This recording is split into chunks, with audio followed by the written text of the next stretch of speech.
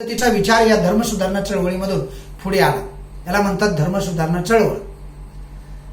नंतर आपल्याला पाहायचं ते म्हणजे भौगोलिक शोध. यामध्ये बघा धर्मसुधारणा चळवळ, प्रबोधन, धर्मसुधारणा चळवळ आणि भौगोलिक शोध, प्रबोधन युगाचा हा खऱ्या अर्थानं पाया आहे. हे तिन्ही घटक आपण पाहतोय. पहिलं प्रबोधन युग, आता दुसरा पाहिला तो होता धर्मसुधारणा चळवळ आणि तिसरा आहे भौगोलिक शोध. आता बघा इसवी सन 1453 मध्ये ऑटोमन, लक्षात ठेवायचं नाव, ऑटोमन तुर्कांनी काय केलं माहित आहे? बायझंटाईन साम्राज्याची राजधानी असणारं एक शहर होतं, त्याला इस्तंबूल असं म्हणतात किंवा कॉन्स्टँटिनोपल असं म्हणतात. लक्षात राहील का? नीट बघा, मी कसं व्यवस्थित सांगितलं तसं नीट लक्षात ठेवायचं. 1453 मध्ये ऑटोमन तुर्कांनी, समजलं, कुठल्या तुर्कस्तान मधल्या लोकांनी काय केलं? बायझंटाईन साम्राज्याची राजधानी असलेलं कोणतं शहर? कॉन्स्टँटिनोपल किंवा त्याला इस्तंबूल म्हटलं, ते जिंकून घेतलं. तुर्कांनी काय केलं? कॉन्स्टँटिनोपल हे शहर जिंकून घेतलं. या शहरातून आशिया आणि युरोप यांना जोडणारा मार्ग जात होता, ज्याला आपण खुसकीचा मार्ग असं म्हणतो. काय म्हणतो त्याला? खुसकीचा मार्ग. हा पायी मार्ग होता. ऍक्च्युली वापर जास्त समुद्रानं चालायचा, पण आता या खुसकीच्या मार्गाची सुद्धा शोध लागल्यामुळं तो जमिनीवरून जाणारा मार्ग होता आणि तो या शहरावरून जायचा. तो तुर्कांनी आता जिंकून घेतला. खुसकीचा मार्ग तुर्कांनी जिंकल्यामुळं काय झालं असेल रे? हा आशिया आणि युरोपना जोडणारा खुसकीचा काय होता? व्यापारी मार्ग होता. आता व्यापारी मार्ग तुर्कांनी जिंकला. तो युरोप आणि आशिया खंडाला जोडणारा मार्ग असल्यामुळं काय झालं? तुर्कांनी हे मार्गच बंद करून टाकले. आता आपल्या ताब्यात आलं ना, मग तुर्कांनी हे मार्गच बंद करून टाकला आणि युरोपीय देशांना आशियाकडे जाणाऱ्या नवा मार्गाचा शोध घेण्याचा भाग पाडलं. म्हणजे ऍक्च्युली नवा मार्ग आता गरजेचंच होता. आता तुर्कांनी कॉन्स्टँटिनोपल जिंकलं, तुर्कस्ताननं ते जिंकलं आणि त्यांनी काय केलं? युरोप आणि आशिया खंडाला जाणारा हा व्यापारी मार्ग जो होता तो बंद करून टाकला. त्याच्यावर फुली मारली, तिथून जायचं नाही, तो त्यांनी बंद केला. ते आपल्या ताब्यात घेतलं तुर्कस्ताननं. आता काय झालं? आता युरोपमध्ये आणि आशिया खंडामध्ये प्रचंड प्रमाणात व्यापार चालत होता, तो बंद होण्याच्या मार्गावर आला आणि म्हणून तो पुन्हा पूर्ववत करण्यासाठी नवीन मार्गाचा शोध घ्यायला सुरुवात झाली. आहे की नाही? गरज ही शोधाची जननी असते असं म्हणतात ना. आता गरज निर्माण झाली, व्यापार बंद करून चालेल का? कुठून तरी आपण व्यापार केलाच पाहिजे, म्हणून नवीन मार्गाचा शोध घ्यायला सुरुवात झाली. त्यातून भौगोलिक शोधाचे एक नवे पर्व सुरू झालं. ही घटना लक्षात ठेवायची. 1453 मध्ये ऑटोमन तुर्कांनी काय केलं? बायझंटाईन साम्राज्याची राजधानी, बायझंटाईन हे साम्राज्य आहे, त्या राज्याची राजधानी काय नाव आहे तिचं? कॉन्स्टँटिनोपल. दुसरं नाव काय आहे? इस्तंबूल. हे शहर जिंकलं. ते आपल्या ताब्यात आल्यामुळं त्यांनी काय केलं? खुसकीचा मार्ग बंद केला. खुसकीचा मार्ग म्हणजे काय? आशिया खंड, म्हणजे आपण ज्या खंडामध्ये राहतो ते खंड आणि युरोप खंड, समजलं? हिंदकुश पर्वतावरून किंवा खैबर खिंडीतून जाणारा हा मार्ग आहे असं म्हणा. तर या खिंडीतून जाणारा हा जो मार्ग आहे त्याला खुसकीचा मार्ग म्हणतात. तो तुर्कांच्या ताब्यात घेतल्यामुळे तो बंद केला आणि आशिया आणि युरोप यांच्यामधला व्यापाराचा मार्ग बंद झाल्यामुळे व्यापार संपुष्टात येण्याच्या मार्गावर आला. म्हणून नव्या भौगोलिक शोधाची सुरुवात झाली. त्याला म्हणतात भौगोलिक, काय म्हणायचं? भौगोलिक शोधाचं नवं पर्व. आता भौगोलाचा शोध आहे ना, तो 15व्या शतकात युरोपीय दर्यावर्दी होता. युरोपमध्ये असे अनेक दर्यावर्दी आहेत. ते समुद्रामध्ये वावरणारे चाचे लोक आहेत, समुद्रामध्ये म्हणजे वर्चस्व असणारे लोक आहेत. युरोपातला एक दर्यावर्दी आहे ज्याचं नाव आहे, त्यानं काय केलं? व दर्यावर्दी भारताकडे येण्यासाठी निघाला. म्हणजे तो समुद्रामध्ये शोध घेता घेता भारताकडे जाणाऱ्या जलमार्गाचा त्यानं शोध लावला आणि शोध घेण्यासाठी सागरी सफरीवर निघाला. म्हणजे आता भारताकडे जायचं कसं? युरोपमध्ये बरेचसे मसाल्याचे पदार्थ हे भारतातून जायचे आणि ते मसाल्याचे पदार्थ जर बंद झाले तर मोठा प्रचंड नुकसान होण्याची शक्यता होती आणि म्हणून त्यानं काय केलं की सागरी मार्ग आता आपण शोधूया. म्हणून एक दर्यावर्दी, युरोपमधला दर्यावर्दी जो होता तो दर्यावर्दी भारताच्या सफरीवर निघाला. भारताची सफर म्हणजे भारताचा प्रवास, म्हणजे भारताकडे जाण्याचा मार्ग शोधण्यासाठी निघाला असं म्हणा. कळतंय तुम्हाला? आता हा मार्ग शोधता शोधता इसवी सन 1487 मध्ये भारताचा शोध घेण्यासाठी बार्थोलोमू डायस हा पोर्तुगीज खलाशी सुद्धा निघाला. तो आफ्रिकेच्या दक्षिण टोकापर्यंत केप ऑफ गुड होपला येऊन पोहोचला आणि खऱ्या अर्थानं 1492 मध्ये भारताचा पश्चिमेकडे जाऊन शोध घेण्याच्या प्रयत्नात ख्रिस्तोफर कोलंबस हे नाव लक्षात ठेवायचं, त्यानं भारताचा शोध लावला. अमेरिका खंडाच्या पूर्व किनाऱ्यावर तो जाऊन पोहोचला. समजलं? 1498 मध्ये पोर्तुगीज खलाशी वास्को द गामा हा आफ्रिकेच्या दक्षिण टोकाला म्हणजे केप ऑफ गुड होप याला वळसा घालून भारताच्या पश्चिम किनाऱ्यावरील कालिकत बंदरात आला. कालिकत म्हणजे कलकत्ता नव्हे बरं का. मला तरी बऱ्याच दिवस असं वाटायचं, म्हणजे हा ऐतिहासिक तर कालिकत म्हणजे कलकत्ता, कालिकत म्हणजे कलकत्ता नव्हे. समजतंय तुम्हाला? हे एक बंदर आहे, ते माझ्या माहितीप्रमाणे ते आता केरळमध्ये असे कालिकत नावाचं हे बंदर आहे. अशा पद्धतीनं हा 1498 मध्ये वास्को द गामा नावाचा हा खलाशी केप ऑफ गुड होपला वळसा घालून तो कुठे आला? भारताच्या भूमीवर आला, कालिकतला येऊन पोहोचला. हे कालिकत जे बंदर आहे ना ते भारताच्या पश्चिम किनारपट्टीवर आहे, तिथं येऊन तो पोहोचला. आणि मग पुन्हा एकदा आशिया खंड आणि युरोप खंड यांच्यामध्ये व्यापार सुरू झाला. हा एक शोधच आहे ना, गरज ही शोधाची जननी मी म्हटलं ना तसं आहे. गरजेपोटी मार्ग शेवटी शोधून काढला.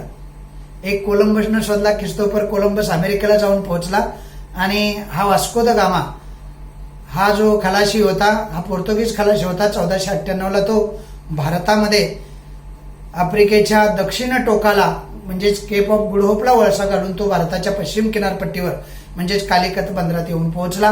अशा पद्धतीनं ही जी चळवळ आहे, नव्या भौगोलिक शोधाची चळवळ ही उदयाला आली, वेगवेगळे मार्ग शोधण्याच्या या संकल्पनेतून.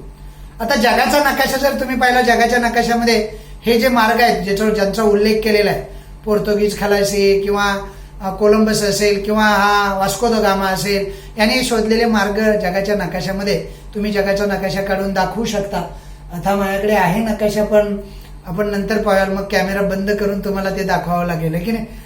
अशा पद्धतीनं तुम्ही सुद्धा एक नकाशा डोळ्यासमोर ठेवायचा. खुसकीचा मार्ग कुठे आहे, वास्को द गामा आफ्रिका कुठे आहे, आफ्रिकाला केप ऑफ गुड होपला वळसा घालून कुठून आला असेल, असा थोडासा अंदाज घेतला तर ते तुम्हाला कळू शकतं. ओके, काही अडचण आहे का? आता आपल्याला पुढचा मुद्दा पाहायचा आहे. 3 मुद्दे झाले बघा. प्रबोधनाचे युग झाल्यानंतर दुसरा आपण मुद्दा कोणता पाहिला सांगा बघू? धर्म सुधारणा चळवळ, बरोबर. आणि तिसरा आत्ताच पाहिलेला भौगोलिक शोध, बरोबर. असे 3 मुद्दे पाहिले की नाही आपण? हे ध्यानात ठेवायचे, पक्के ध्यानात ठेवायचे. जास्त पाठ करत बसायचं नसतं. इतिहास महत्वाच्या घटना, कालखंड, इतिहासाचे कालखंड हे आपल्याला माहीत असणार, मग काही अडचण येत नाही. समजलं? पुढे बघा. आणि वाचलं ना एकदा, दोनदा, तीनदा, मग काही अडचण नसते. आता युरोपातील वैचारिक क्रांती आपल्याला पाहिजे. प्रबोधन काळ जो होता ना, त्या प्रबोधन काळात झालेल्या बदलामुळे युरोपची मध्ययुगाकडून आधुनिक युगाकडे आता वाटचाल झाली.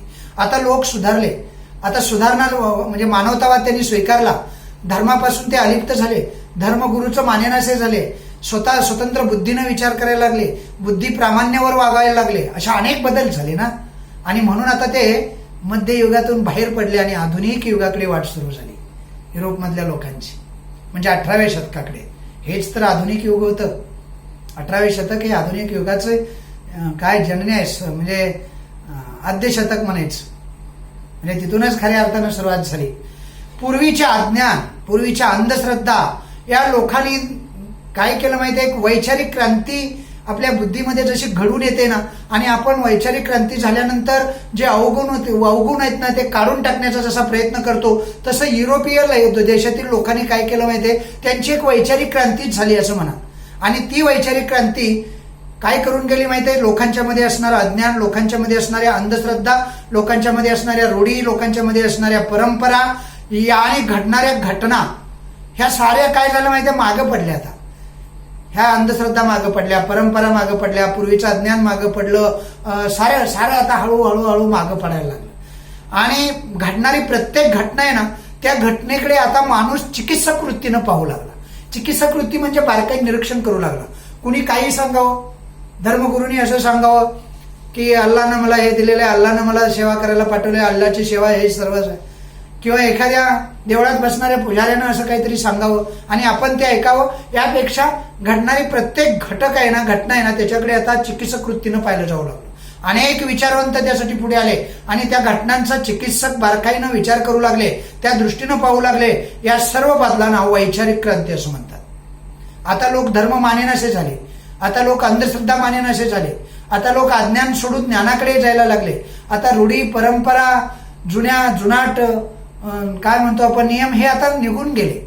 आता लोकांनी ना प्रत्येक घटकाकडे घटनेकडे घडणारी प्रत्येक घटना बारकाईनं आता पाहू लागले, अवलोकित होऊ लागली, निरीक्षण करू लागले.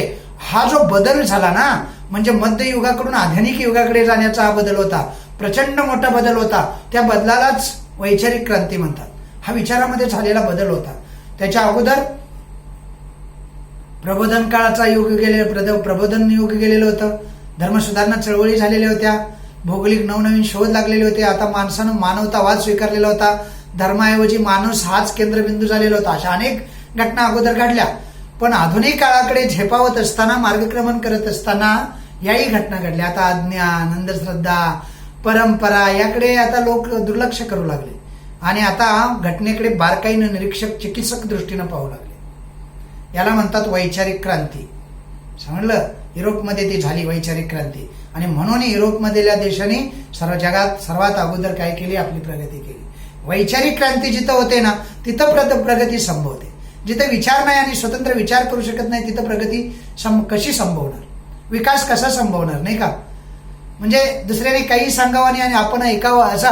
आजही आपण आपल्या देशात बघा ना, काही लोक असे आहेत ज्याने स्वतःला धर्मगुरू समजतात किंवा स्वतःला फार तत्वज्ञानी समजतात, विचारवंत समजतात, लोकांना मार्गहीन करतात, म्हणजे आपल्या प्रगतीपासून दूर करतात. देव सारं बघेल असं म्हणतात. देवाच्या दारामध्ये नारळ, बकरी, कोंबड्या, काय काय सांगू तुम्हाला, ह्या साऱ्या अंधश्रद्धा आजही आपल्याला दिसतात. आपल्याकडे वैचारिक क्रांती झाली की नाही, होते की नाही, होईल की नाही, असे प्रश्न अनेक पडतात आपल्याला. असे लेसन शिकवताना वगैरे मला तरी खूप पडतात. आपल्याकडे कधी होणार ही वैचारिक क्रांती? नाही का? आपण अजूनही तसंच आहे. काही झालं तर देवाच्या दारात जातो आणि बसतो, नवसं करतो. त्यापेक्षा जी घटना घडली, जे झालं, त्याच्याकडे चिकित्सक दृष्टीनं पाहावं, चांगल्या वैचारिक दृष्टीनं पाहावं आणि त्यातून मार्ग काढावा ना. हा वैचारिक दृष्टिकोन आहे. तो युरोपमध्ये पहिल्यांदा आला आणि म्हणून युरोपीय कंट्रीजमध्ये ही एवढी प्रगती आणि विकास दिसतो. सारे देश त्यांचे विकसित आहेत. आपण विकसनशील किंवा अविकसित म्हणलं असेच देश आहोत. तर अशा पद्धतीनं त्यांची वैचारिक क्रांती झाली. आता आपल्याला राजकीय क्रांती, राजकीय क्षेत्रात काय क्रांती झाली या काळात? आधुनिक कालखंड जो होता, आधुनिक कालखंडाच्या सुरुवातीच्या टप्प्यात, म्हणजे हे 18व्या शतकाची सुरुवात होती. 18व्या शतकापर्यंतचा काळ कोणता? मध्ययुगीन काळ. आता सुरुवातीचा टप्पा म्हणजे 18व्या शतकाची सुरुवात. अनेक राजकीय स्थित्यंतर जगभरामध्ये घडून आली. 18व्या शतकामध्ये काय झालं रे? 18व्या आणि 19व्या शतकात घडलेल्या अनेक क्रांतिकारक घटनांमुळे हा कालखंड क्रांतियुग म्हणून जगामध्ये ओळखला जातो. अनेक राजकीय बदल झाले, अनेक क्रांतिकारक अशा घटना घडून गेल्या. या काळामध्ये इंग्लंडमध्ये संसदीय लोकशाहीचा काय झाला? बोलबाला झाला, स्वीकार करण्यात आला. कॅबिनेट पद्धतीमध्ये काय केलं माहितीये? त्याच्या स्वरूपामध्येच बदल करण्यात आले. इसवी सन 1689 मध्ये बिल ऑफ राईट्स म्हणजे राजकीय अधिकारावर मर्यादा घातल्या गेल्या आणि सर्वांनाच पार्लमेंटमध्ये सार्वभौमत्व प्रस्थापित करण्यात आलं. अशा पद्धतीनं राजकीय क्षेत्रामध्ये सुद्धा हळूहळू वेगवेगळ्या देशांमध्ये बदल व्हायला सुरुवात झालेली होती. हे बदल अत्यंत महत्वाचे बदल होते. हा राजकीय बदल, वैचारिक बदल, धर्मसंकल्पनेमध्ये झालेला बदल, धर्म म्हणजे धर्माच्या बाबतीत झालेला बदल, धर्म सुधारणा म्हणतात, भौगोलिक शोधांच्या बाबतीत झालेले बदल, असे अनेक बदल होते. याला म्हणतात राजकीय क्षेत्रात झालेला बदल. राजकीय क्षेत्रात काय झालेला होता? लोकशाहीचा विकास झालेला होता. पहिल्यांदा इंग्लंडमध्ये संसदीय लोकशाहीचा विकास झाला आणि मग इंग्लंडमधून आपली घटना सुद्धा बरीचशी इंग्लंडच्या धर्तीवरतीच आहे. म्हणजे इंग्लंडचा अभ्यास करून, अशा अनेक देशांच्या घटनेचा आपण अभ्यास करून आपली घटनाकारांनी बनवलेली आहे. पण मुख्य साचा जो आहे तो इंग्लंडच्या संसदेचाच आहे. त्या संसदेमध्ये बदल झाला, लोकशाहीचा पाया घातला गेला, कॅबिनेट पद्धतीच्या स्वरूपामध्ये सुद्धा बदल झाला आणि 1689 मध्ये बिल ऑफ राईट्स मध्ये राजाच्या अधिकारावर, राजा म्हणजे कळतं राज्य नव्हे, राजा म्हणजे त्या काळी राजे लोक राज्य करत होते, त्यांच्या अधिकारावर निर्बंध घालण्यात आले आणि पार्लमेंटला सार्वभौमत्व प्राप्त झालं. म्हणजे आता राजांचं महत्व म्हणजे राजा राणी असं कळतं ना, एखाद्या घराण्याने आपल्यावर राज्य करावं असे दिवस आता थोडेसे मागे पडले. आता लोक सुधारले. आता लोकशाही परंपरा रूढ करण्यासाठी लोक आता काय करू लागले, लोक प्रयत्न करू लागले. त्यामध्येच अमेरिकेमध्ये एक स्वतंत्र युद्ध झालं. अमेरिका ही सुद्धा एक वसाहत होती. कुणाची वसाहत होती? ही ब्रिटिशांचीच वसाहत होती. अशा 13 वसाहती तिथं होत्या. त्या वसाहतींमध्ये म्हणजे अमेरिकेमध्ये सुद्धा एक स्वतंत्र युद्ध लढलं गेलं. युरोपात घडणाऱ्या क्रांतिकारक घडामोडीच्या पार्श्वभूमीवर अमेरिकेतील स्वतंत्र युद्ध होतं ना, त्या स्वतंत्र युद्धाचा विचार आणि अभ्यास करणं तितकंच महत्वाचं असतं. जेव्हा आपण अशा राजकीय क्षेत्रातल्या घडामोडी आणि बदल पाहतो तेव्हा आपल्याला अमेरिकन स्वतंत्र युद्धाचा विचार केल्याशिवाय पूर्णत्व प्राप्त होत नाही. त्याला अनन्यसाधारण असं महत्व आहे अमेरिकेच्या स्वतंत्र युद्धाला. अमेरिकाच्या खंडाचा जेव्हा शोध लावला, कुणी लावला रे? तो 1492 साली ख्रिस्तोफर कोलंबस यांनी लावला. यस. तर स्वातंत्र्य युद्धाचा विचार करणं फार गरजेचं का असतं? कारण अमेरिका खंडाच्या शोधानंतर युरोपमधले देश जे होते त्यांनी आपले लक्ष या खंडाकडे वळवलं. कुठल्या खंडाकडे? अमेरिका खंडाकडे वळवलं. साम्राज्यवादी युरोपीय देशांनी, साम्राज्यवादी काही देश होते, अनेक देश होते, फक्त ब्रिटनच होताच नाही, पोर्तुगीज होते, डच होते, फ्रेंच होते, ब्रिटिश होते. हे युरोपीय कंट्री ज्या होत्या ना त्या साम्राज्यवादी होत्या आणि त्या साम्राज्यवादी धोरण असणाऱ्या या देशाने शेवटी अमेरिका खंडाकडे आपलं काय केलं? लक्ष वळवलं.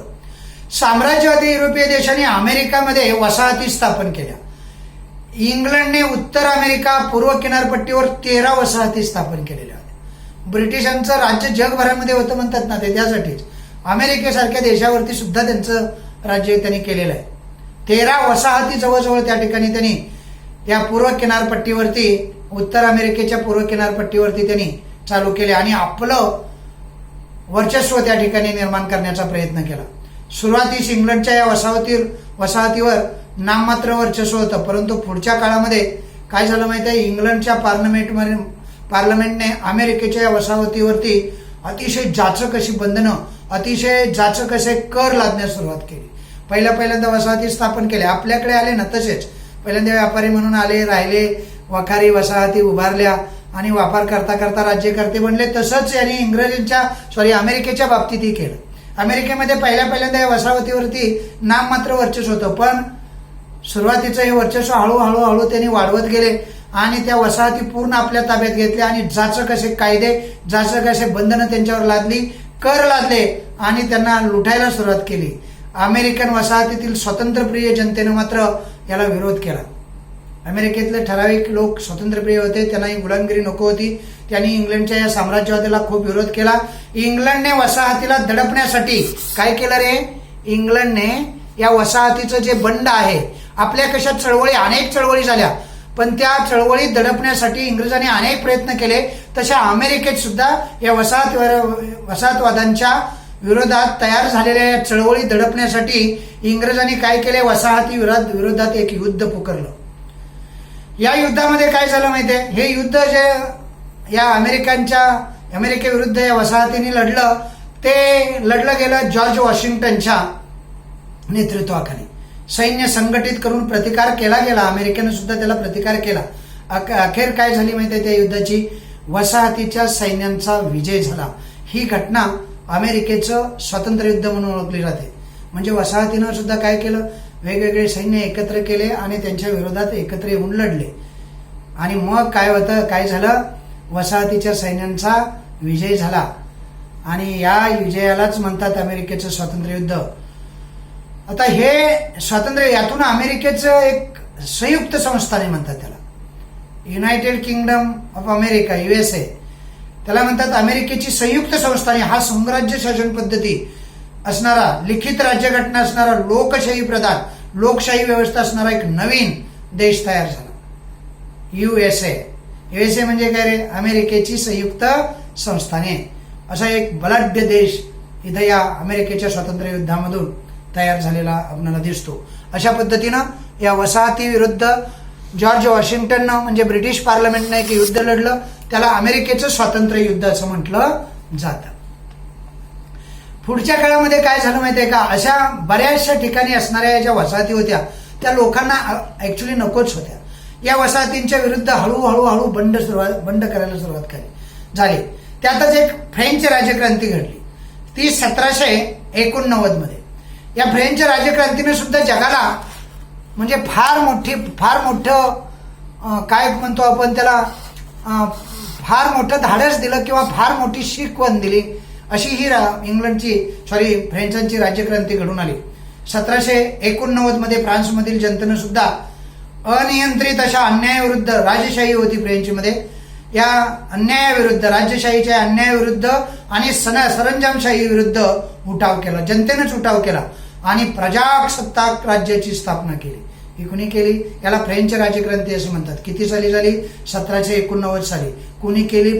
फ्रान्समधील जनतेनं केली. कुणाविरुद्ध केली? राजशाही आणि त्या ठिकाणची सरंजामशाही आहे त्यांच्या विरुद्ध लोक रस्त्यावर उतरले आणि प्रजासत्ताकची स्थापना केली. ही घटना फ्रेंच राज्यक्रांती म्हणून ओळखली जाते. आता या फ्रेंच राज्यक्रांतीने जगाला कोणता मंत्र दिला माहित आहे? स्वातंत्र्य, समता आणि बंधुता या मूल्याची देणगी दिली. समजलं? म्हणजे प्रत्येकाला स्वातंत्र्य उपभोगण्याचा अधिकार आहे, ही जगाला देणगी या फ्रेंच राज्यक्रांतीतून मिळाली. समता म्हणजे समतेने एकत्र राहिलं पाहिजे, सर्व बंधुभाव आहोत, म्हणजे आपण बंधुता जपली पाहिजे, अशा पद्धतीची त्रिसूत्री म्हणजे 3 मूल्य जगाला या फ्रेंच राज्यक्रांतीतून मिळाली. अशा पद्धतीनं जगाच्या इतिहासामध्ये राजकीय क्रांत्यामध्ये अमेरिकेचं स्वातंत्र्य युद्ध आणि फ्रेंच राज्यक्रांती यांना अत्यंत महत्व दिलं जातं. म्हणजे जेव्हा आपण कशाचा आधुनिक भारताचा इतिहास पाहतो तेव्हा त्या आधुनिक इतिहासामध्ये या युरोपमधील घडणाऱ्या घटनांचा परिणाम दिसून येतो, त्याचे पडसाद आपल्या देशात उमटलेले दिसून येतात. आणि म्हणून ह्या साऱ्या घटना आपल्याला बारकाईनं अभ्यासल्याशिवाय आपला इतिहास किंवा आपला अभ्यास पूर्ण होऊ शकत नाही. समजलं? भारताचा इतिहास अभ्यासायचा आधुनिक काळाचा म्हणजे त्याच्या अगोदरच्या कालखंडामध्ये युरोपमध्ये घडलेल्या वेगवेगळ्या घटनांचा सुद्धा आपल्याला अभ्यास करावा लागतो. त्यातल्या या 2 घटना अत्यंत महत्वाच्या, अमेरिकेचं स्वातंत्र्य युद्ध आणि फ्रेंच राज्यक्रांती. ओके, काय अडचण? आता औद्योगिक क्रांती, ज्यामुळं ही आधुनिकता आली जगामध्ये. समजलं? 18वं शतक होतं ते. मी सांगितलं ना, 18व्या शतकामध्ये इंग्लंडला औद्योगिकरणाचं माहेरघर म्हणतात. ती इंग्लंडमध्ये झाली. 18व्या शतकाच्या उत्तरार्धापासून युरोपातील औद्योगिक क्षेत्रामध्ये प्रचंड असे क्रांतिकारक बदल घडून आले. बाष्पीभवनावर चालणाऱ्या यंत्राचा शोध लागला. चक्राचा शोध तर अगोदरच लागलेला होता. वेगवेगळे